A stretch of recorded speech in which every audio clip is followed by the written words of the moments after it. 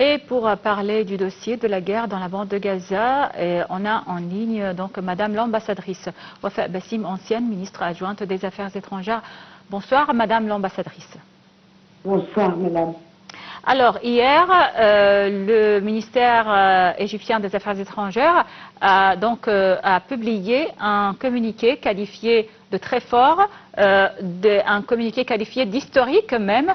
Alors comment vous avez lu les principaux points et comment vous expliquez les principaux points de ce communiqué? Tout d'abord, si nous pouvons voir ce communiqué de 3 paragraphes, nous trouvons que chaque paragraphe contient une idée principale.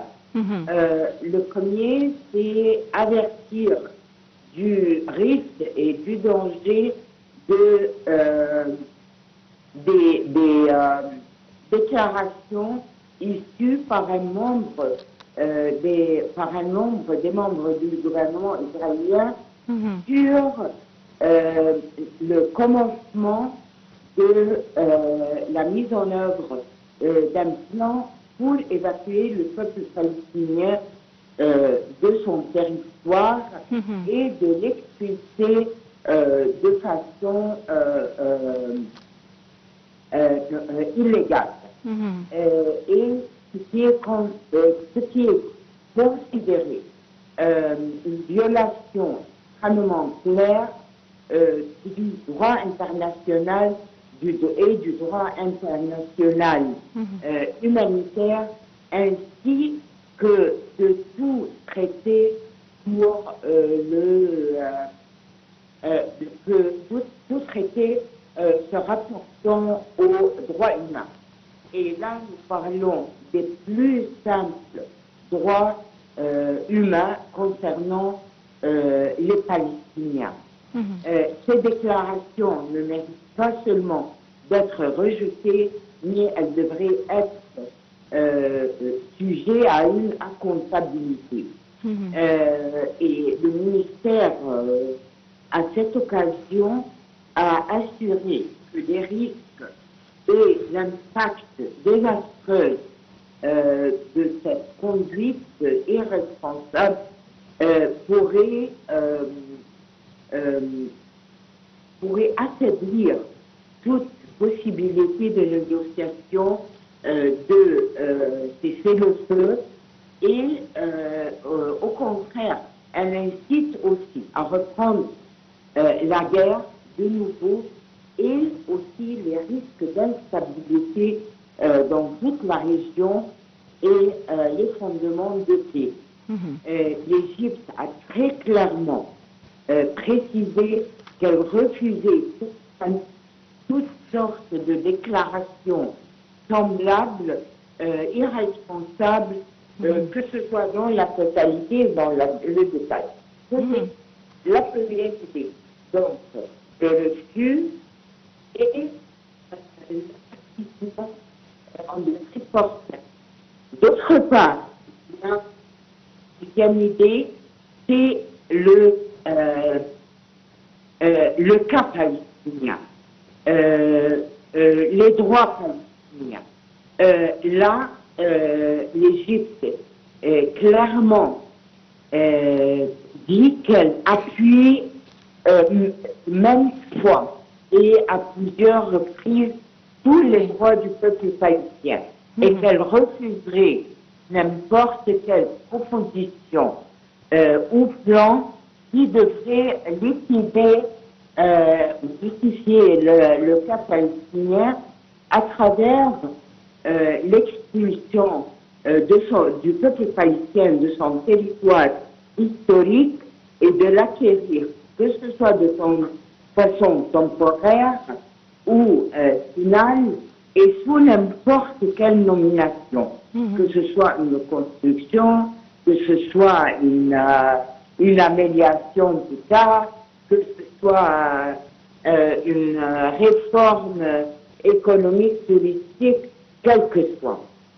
Et l'Égypte trouve là aussi que c'est un très grand risque, ainsi qu'une violation sur les droits inaliénables du peuple palestinien et que l'Égypte ne serait jamais, comme elle ne l'a jamais été, participante à ce genre d'approche. Et que l'important, c'est de traiter les racines du conflit, ce qui est, et ces racines-là, c'est le statut qui existe depuis 1948 et qui est l'occupation d'un territoire appartenant à un peuple, le peuple palestinien, depuis plusieurs décennies où il a souffert de toutes sortes de discriminations, de génocide, de maltraitement et d'expulsion ou de déplacement forcé. Ce qui nécessite terminer de façon immédiate cette situation inacceptable. La troisième idée, c'est de nouveau assurer l'importance de maintenir l'accord de cessez-le-feu à Gaza dans ces 3 étapes où l'Égypte a été un des ingénieurs les plus assidus à trouver ou à mettre à conclure. accord, et que l'Égypte continuerait très fortement et de façon assurée et aussi tout de suite, de façon immédiate, à travailler avec les partenaires, les amis, que ce soit dans le monde arabe, que ce soit dans la communauté internationale, à mettre en œuvre tous les plans de la réhabilitation, de déblayer les débris et de la reconstruction, prenant en compte un plan de temps ou un emploi de temps qui est bien défini et que l'on ne laisse pas les choses aller à leur sens. Et il faudrait faire tout cela, le déblai, la réhabilitation, la reconstruction, avec la présence totale des Palestiniens dans la sur bande leur de territoire. Gaza. Oui, bien sûr. Et ce qu'on a vu, bien vu, les milliers de Palestiniens dans ce tableau historique impressionnant de retour d'un peuple qui retourne à un territoire tout à fait brûlé, mais ils tiennent à y rester, même s'ils devraient mettre leur sang sur les débris. Oui, bien sûr. Alors, Madame l'ambassadrice Wafa Bassim, ancienne ministre adjointe des Affaires étrangères, merci beaucoup pour votre intervention. Une courte pause et on revient pour poursuivre notre programme.